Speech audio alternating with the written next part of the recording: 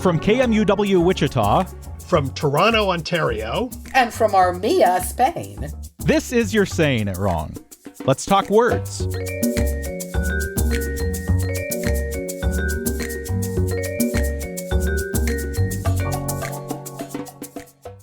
Hey, Kathy. Hey, Ross. We're recording in the morning, and I just decimated 2 donuts before I got here. Ooh. Which means I didn't actually eat that much, it turns out. Fletcher, that was a brilliant segue into our question of the day. Kath, you want to read it? Because you're a much better reader than I. We got a letter, an email from Tehachapi Tim. Yes. Distinguished from New York Tim. Anyway, Tehachapi Tim writes, your episode today, Banish These Words, makes it impossible for me not to, quote, reach out to you. Ever since I found your podcast, I've been wanting to ask you if you've ever discussed the word decimate. At some point on the radio, about 15 years ago, someone went off on the common use of the word to describe total destruction rather than what it really means. Ever since I started listening to your show, I've always assumed that at some point over the 200 plus episodes, holy cow, really? I know. And I'm frightened, Toto. Episodes that you've produced so far, that you've dealt with this frequently made mistake. Yet, when I first heard the rant on the radio about decimate, I muttered to myself, what a fussy, pretentious person. I hope I never become so silly. But ever since then, I've heard that word improperly used a massive and maddening number of times. So he goes on at length. I'll cut to the thing. And he says he was especially encouraged to stick to his guns with regard to decimate while listening to another podcast way too early with the thing, et cetera, et cetera. He said, we rationalize that we don't want to be too fussy when it comes to our word use, as I did when I first heard the report in regards to the word decimate, and we just let it go like a pack of Disney cartoon characters. I love him. He's a good writer. Well, again, for my part, I don't like it. Okay, this was really interesting because I think, at least speaking for myself, and I think, Kathy, were you the same way? We originally did think of it in that sense, and it's being misused. Decimate literally means we know decimal, et cetera. It means a tenth. And the original word was basically in Latin and in Roman times was a punishment for a cohort or a legion. Every 10th man would be killed.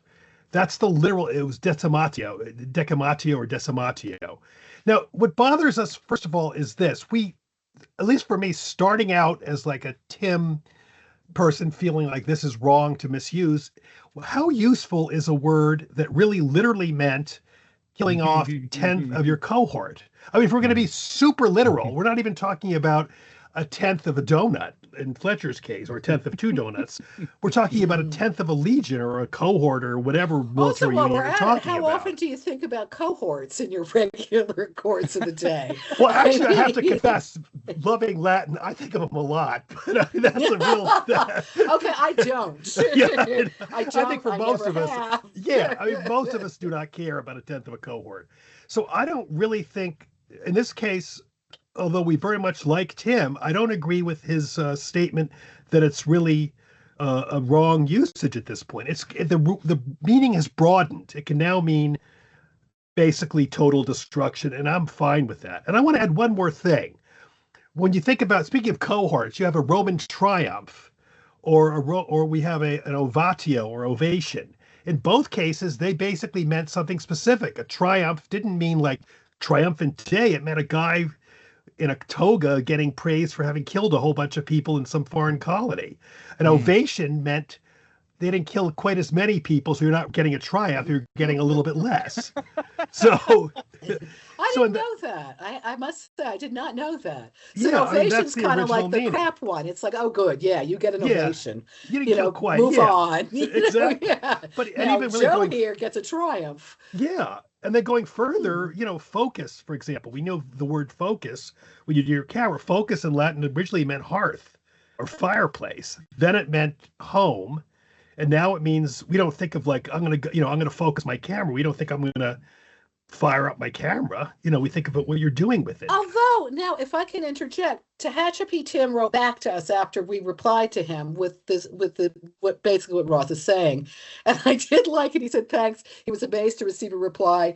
He thought it was more likely either he wouldn't reply at all or that he might possibly receive notice of a restraining order. I have to say. Tim, that was very good. But he did say, and I think this is an interesting point, that there are he understands why we're okay with the broadening of decimate.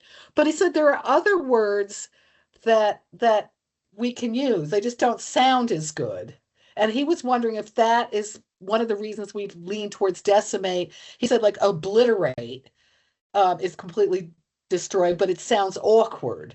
But then he said, what about annihilate and eradicate? Well, I hear all those too. I do too, but I do agree with Tim on this one. I think decimate sounds better. Mm-hmm. Yeah, it's got that nice sibilant sound in the middle. It's softer. It's, even though it's destroying it all, it's decimate. Yeah, exactly. I don't think of it as like nicely put as that, though. It's interesting. I don't know about you guys, but I've noticed Trump recently and talking with the Iran war, decimate is every other word suddenly right now. It really is. It's all over the joint.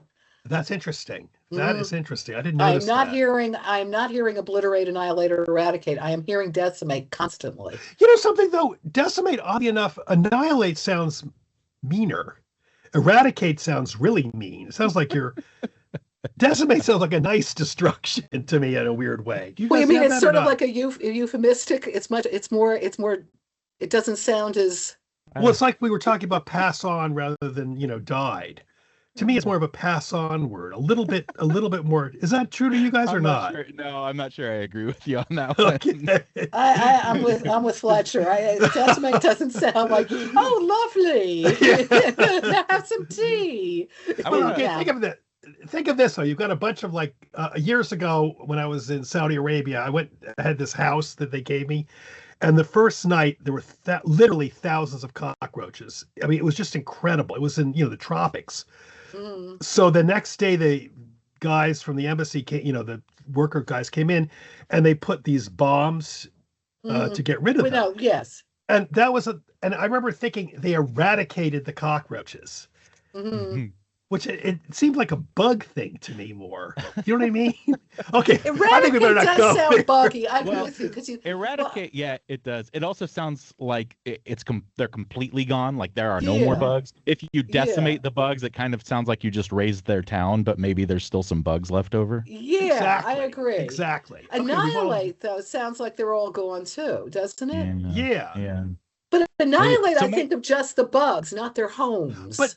So now maybe decimate does retain a little bit of the idea that there is something left, even though we don't say that. Yeah, we don't think of it as 90% of it is left anymore.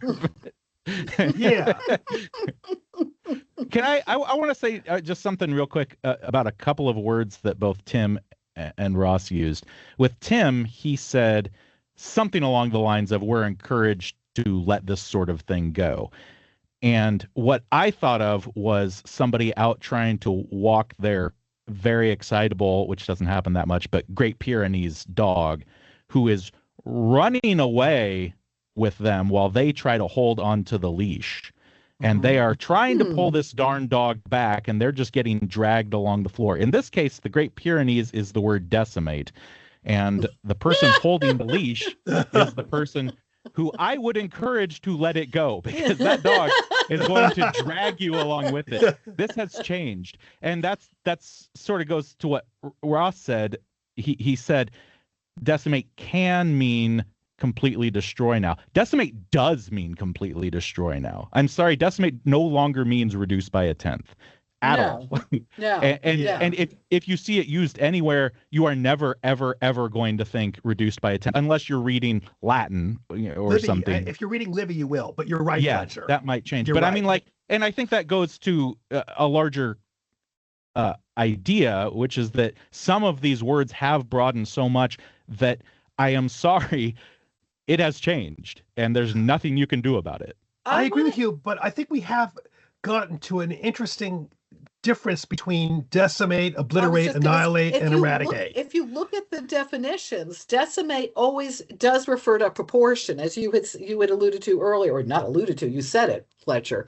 It does Mhm. not say got rid of everything. They always say kill, destroy, or move a large proportion of. Yes. Kill a large Yeah. number, reduce something severely. I'm reading all these Yeah. different Right. definitions. Whereas annihilate or the others, I haven't looked up, but yeah, I think the presumption is destroy utterly, obliterate, destroy utterly. Again, we have so it Yeah. is different. We are still with decimate. There's still something left. That's Yeah, right. maybe. I think I mean, that's key. maybe not necessarily. I mean, I could see decimate and there would be nothing left. But I think we've unlocked a little nuance in the word there, and lots of words always have nuances in them, and that's interesting because before we started talking, that's not a nuance that I had thought about how Mhm. how decimate versus annihilate. Decimate may actually leave something, and so Mhm. maybe something is left from our previous understanding of the word.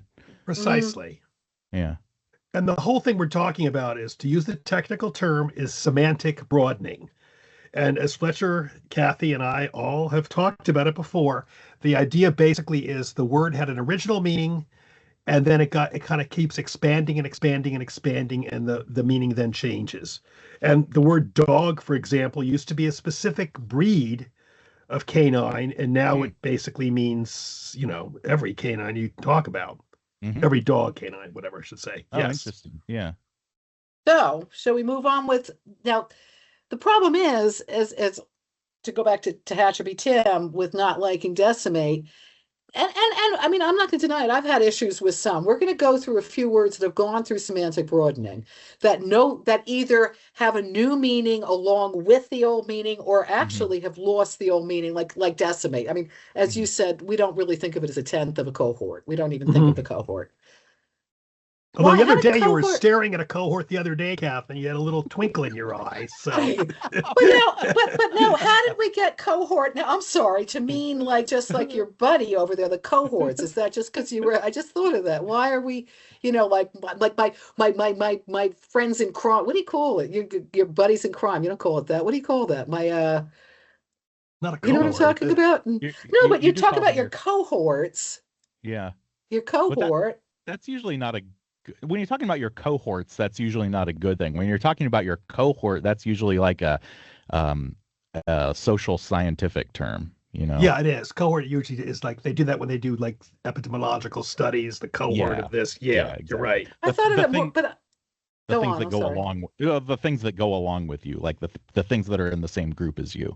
So I was thinking more like as an accomplice, Yeah, when you're talking about your cohorts, I think with the S on Yeah, the end, that's like your yeah. accomplices. Yeah. Sorry, I That's didn't mean to get interesting. off balance, No, but no, no. I have That's one more interesting. now. Cahoots, did that come from cohorts? In cahoots? I like that. I Yeah, don't know. I don't know. I Let's just find thought of out. that. Cahoots, no, it does. They credit Oh, it to some people say it could be from the French cohort, which is cohort. Others say that's probably the case. Others say it could be from the Ah, French cahoot, cabin, or hut. So it nah. depends. Kath goes for Kath goes for the I want laughing the one there. like mine. Well, let's defer to Kathy's detailed etymological knowledge of cohort. And French. Yeah. We're going to go ahead to words that a lot of people argue about, and in a lot of cases we agree with them. We're going to see what you think, Fletcher. These are words that have undergone semantic broadening. Okay. The first one is bemused. Mm-hmm. And we're saying this verse is particularly amuse. Yeah. Yeah. Okay. Hi to Hatchaby Tim. We're gonna be friends probably on this one. I guess I don't like using bemused to mean amused. I think we're in probably enough of a transition period. I'm gonna admit that it is probably in a transition period rather than just people misusing the word. But we're in enough of that transition period that both meanings still exist, and I kind of like bemused not to mean amused. So I do have a problem with using those two words interchangeably. What about you Ross, guys? Probably you too. I hate I agree with Fletcher. I'm on that too. I can understand now where it has broadened to mean amused, but I don't like it. I like Mhm. when I hear it, I want to hear it meaning used in the way that it should be used. Lost in thought, or Yes. yes, and Mhm. amused. Me too. I must say, when I was younger, I did think bemused was a fancy amused, and I would try to use it in my high school or early college writing because I thought it was like the classy amused. Once I realized it was a different word, I stopped doing it, and I still am. I'm pretty vigilant about. I don't like it. I think that Hmm. they're two very different words. But they're skunked. I mean, bemused is a skunked word now. I mean, it really isn't, as you said, Fletcher. It's so in the throes of changing that I think that we've already lost the battle. Hmm. I think it. Well, I think it's in the process of being skunked. I think. Yeah. I mean, I read plenty of people using bemused correctly or properly in the traditional sense, maybe I should say. Mm, mm, And so I don't think it's completely gone. Like I still understand it when people use it in that traditional sense. mm. And they write it meaning that. I mean, like I think it's still there. It's just yeah, it's undergoing change. And I think we're still in a position where we can be mad about it. Yeah. The interesting thing, though, is the words themselves have had real change as well. Amuse, for Mm. example, used to mean divert the attention, to delude, Oh and yeah. and it was literally it was a causative. It was to cause to muse, i.e., musing over a distraction or something. So Mm. we can't. I mean, even though we all agree, the three of us all agree that we don't like that usage, of bemuse and amuse versus amuse, we can argue easily that these words have gone real changes over the years. Sure. I just want to throw in that one thing. This is a tangent slightly. Merriam-Webster had their definition of bemused, meaning amuse, but it was wry amusement. Yeah, So I it's like saw that. I thought that was interesting because it's not just like, chuckle, chuckle. It's like chuckling wryly. I mean, I Oh. don't know how else to put it Yeah. now.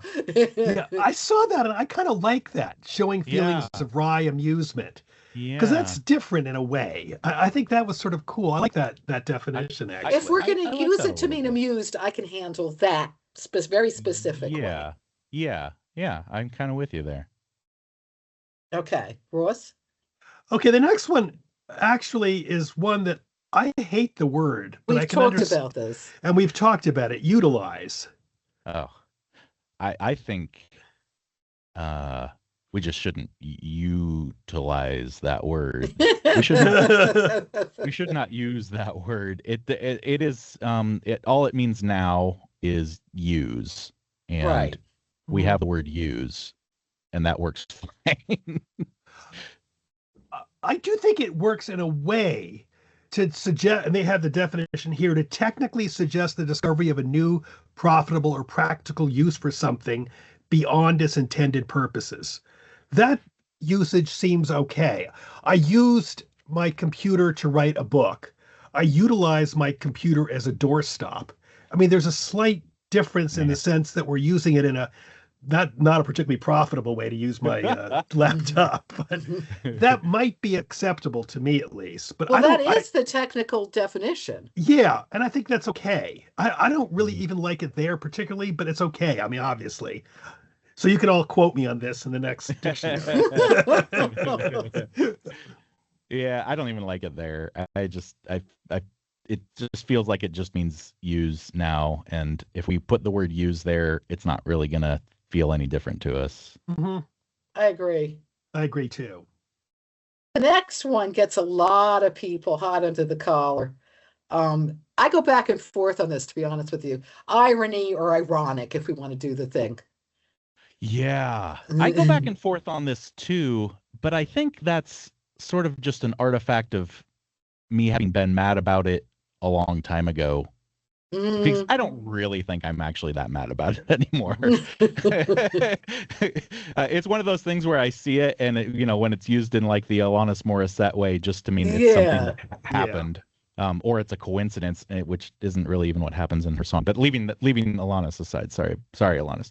Uh, I when I see it used to mean a coincidence or just something that happened when something else happened, I notice it, and I am still a little bothered by it. but there's not really a good reason for me to be bothered by that anymore. If I'm reading literary criticism or something like that, I'm gonna know that they're probably using ironic in a more traditional way, right? But in day-to-day life, whatever. Yeah, I don't think you find anyone using it. I mean, in regular day-to-day life, in the traditional sense, anyway. I mean, meaning where the intended meaning's the opposite of a literal meaning. I mean, the notion of opposites, I don't think you get anymore. Do you? And I do it all the time as jokes. We each do. Other. Actually, I'm going to counter you, because if any two people I know do it, you do it, and I do it all the time. So actually, you're right. Really, I didn't know that. Yeah, whatever. I have to say one thing. I love the example. They said a famous example of an ironic literary work. If people have read it or looked at it, it's Jonathan Swift's A Modest Proposal. Do you know that or not? Yes, that's the one where he offers that people eat their children. Yeah, yes. And he goes, he mentions the idea was basically he was criticizing the British oppression of the Irish, and and basically writes this ironic thing, what Fletcher just said, and he also adds, children's soft skin would make admirable gloves for ladies and summer boots for fine gentlemen. Now that's irony. Yeah. Okay, the next word now, this one we've gone back and forth on too, I think. Hopefully, as in hopefully people will love this podcast. Yeah. Frankly, I'm not sure at this point. But unfortunately, we have to keep going anyway.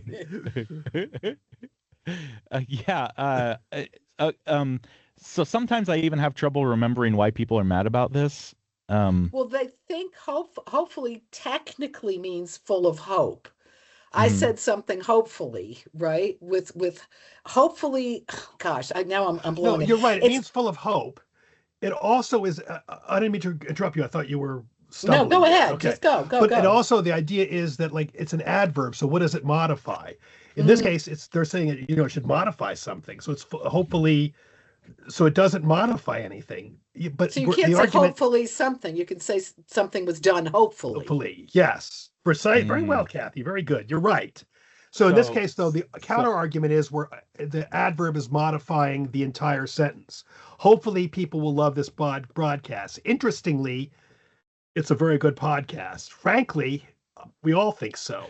That's unfortunately. Sort of thing. Yeah, and I think that's valid, and I don't have any problem with that usage. Yeah, not at all. I use it. I use it confidently. Gosh, I can't even see getting mad about it anymore. I know a lot of people do, and I know a number of our listeners do, but I just don't. I don't think that's good for your health, guys. No, it's moved. It means what it means. It's fine. It's great.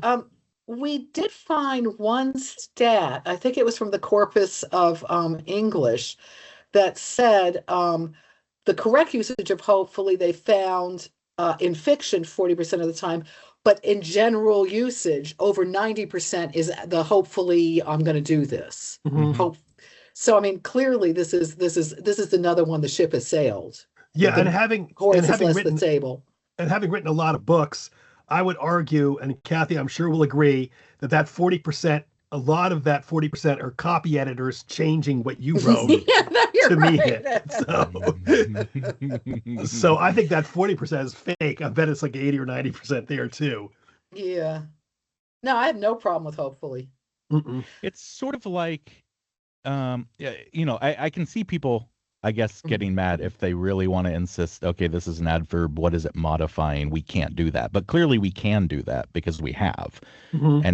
And everybody understands what it means now. And so just insisting on getting mad about it, even though you understand that everybody understands what it means now, just doesn't, it seems like a fool's errand, right? Indeed. Yet there are a lot of people out there who will continue to fight the fight. I mean, there's no question. I see a lot of that, as does I know Ross. So what are you going to do? Hopefully it'll end. Frankly, I don't think so. Unfortunately, we have another email. This is a kind of related. This is sort of more. This not semantic broadening, but it's changes. This was from Clint from Ross. Where's it from? San Francisco. San Francisco. Okay, sorry. I see it down below. Hi, Kathy and Ross. I heard you talking on NPR's Here and Now the other day. Thank you for listening, Clint. Yeah. And Robin was quizzing you about the right way to say certain words. She was. I've got one for you that doesn't make sense. And Clint, I'm cutting in here to say we love you for bringing this word up because it's one of Ross's and my favorite. Oh, I know. No one else seems to get upset. No, but finally but we have Clint someone who wants to know, Ross. So I know. I'm happy. the word is, I'm going to spell it because we're going to ask you, Fletcher, to pronounce it. goodness. Vicual. And he says, can you talk a little bit about this? Boy, can we. yeah, we can. Can I put an S on the end just so I can say vittles? It sounds weird to say vittles. Yes, you can. Yes. But it is vittles. Yes. I was stunned when I learned that vittles and victuals were the same thing. Yes. I'm still stunned, to be honest with you. I can't wrap my head around it, and I know it too. I agree. Yeah. It's pronounced vittles, but when we hear vittles, we think about like the cowboys eating their beans around the campfire. Yep. Yeah. Right? We do. And when we read victuals, when we see it spelled out that way, we think about probably some English manner or something, right? Yeah. It's basically preparing for a battle or difference between boiled possum and like regular food or something. Regular food. Yeah, that's right. Sorry to our boiled possum fans out there. I know a few actually. It's funny. I know a few. Have you ever had that? I'm actually just sort of curious now. Have you ever had possum? I have not had possum, but I hear that it's like. or maybe it was squirrel I was thinking of. I don't know what it tastes like. I keep the possums around so they'll eat the ticks. So yeah, they're really good actually for that sort of thing. They're wonderful animals in that sense. And they make good victuals. Maybe not. Yeah. If you read this in a Western book, and it was some dialogue, mm-hmm. You would see it spelled out Vittles though. Brilliant point. I think it was. I'm not sure it was Robinson Crusoe, but I think it was Merriam-Webster made the point that if you look at Robinson Crusoe, when he says, Crusoe got some victuals, it'll be Victuals. Then when he's talking like to Friday, it'll be spelled colloquially as vittles. Really? So basically, I believe that. I have to check Fascinating. Check it maybe as I'm speaking of, but which is really like one of those things where you can actually determine how they actually pronounce the word versus spelling the word, which I thought was really interesting. Interestingly, vittle now, Vittle, not victual, is considered an alternate spelling now. Mm-hmm. Well, that makes perfect sense. It's an alternative spelling, and I'm looking up vittle and Robinson Crusoe. While you're doing that, I'll go on while you're checking it. But the whole thing really is we're going back to, we've talked about this in the past, in the 1600s in particular, people wanted to make English more prestigious, and they went backwards into Latin. The word used to be in Latin victualia, which is provisions. Then it became sort of food, but it also entered into the French as vitae without the C. And then it entered into English without the C. But then in the 1600s, these guys decided, hey, we got to get prestige. We need prestige in English. So they went backwards to the Latin and chucked the C in. But that did not change the pronunciation. It stayed vittle. All I found so far, and I'm not going to keep looking, is that he does refer to Friday. He has Friday saying blah, blah, vittle. He said that was the way he spoke. Okay. So that sounds good enough for me. Yeah, good enough for me, Kat. That's good enough for all of us here. Yeah, but the key thing is we all know it. It was never pronounced in the 1700s as victual. It was always vittles. I just still, every time I'm rereading Narnia, I'm up to Prince Caspian, and they talked about having victuals because they're going to be fighting soon, the Telmarines, and I have that like, no, it's not a victual, it's a victual. Well, I mean, Right. Oh, yeah. God. That's so weird. So you mentioned this, and I'm thinking, oh, someday I'd like to read the Chronicles of Narnia to my kids.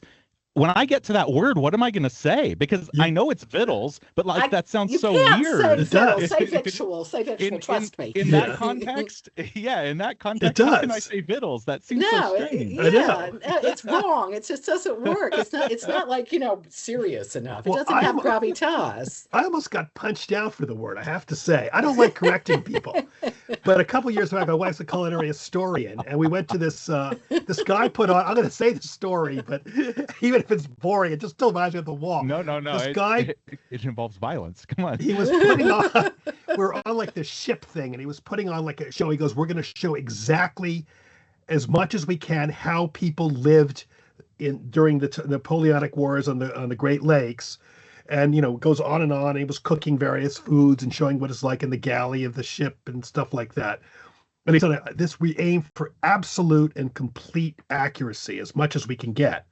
And then he mentions the victuals will be done. So at the end, I didn't correct him when he was doing it, but at the end of the show, I went up and I said, excuse me, it was wonderful what you've done, really great. What we've all learned and what it was like in Napoleonic times. But one minor point, I write on, my sister and I write on words, and it actually wasn't pronounced victual. And the guy looked at me, he was like a big, beefy guy, like probably. Well, victualed. I know. And I swear, he goes, it's spelled Victual, and it's pronounced victual. I know what I'm doing. And I said, cooking and sailing stuff is great. I said, but really, honestly, literally, he looked like he was about to, he's one of those like big guys that got like red face. And I was like, I'm going to get tossed off the ship or something.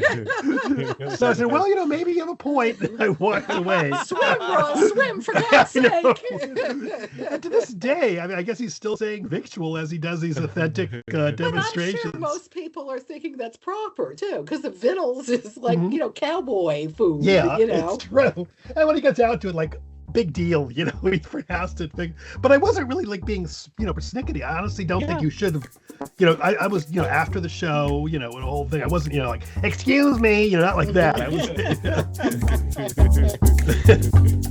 You're Saying It Wrong is part of the NPR network and is produced in the studios of KMUW in Wichita, Kansas by me, Fletcher Powell. Kathy Petrus records from her home in Armia, Spain. Ross Petrus from his home in Toronto, Ontario in Canada. Torrin Anderson composed our theme music, and our digital team is Beth Golay and Carly Cooper. You can find all of our past episodes by subscribing to the You're Saying It Wrong podcast wherever you get your podcasts, or by visiting us at kmuw.org. If you have a question for Kathy and Ross, if you'd like to suggest a topic, or you just want to reach out, you can email me at powell@kmuw.org or email them at kandrpetrus@gmail.com. You can also email us a voice memo of you asking your question. You might get your voice heard on air. If you'd like to do the same thing by downloading the KMUW app, you can do that and just click the Talk to Us button. You can find all of Kathy and Ross's books pretty much anywhere you get books, and a handful of them are also available on audiobook read by the authors themselves. Thanks for joining us. We'll be back next week.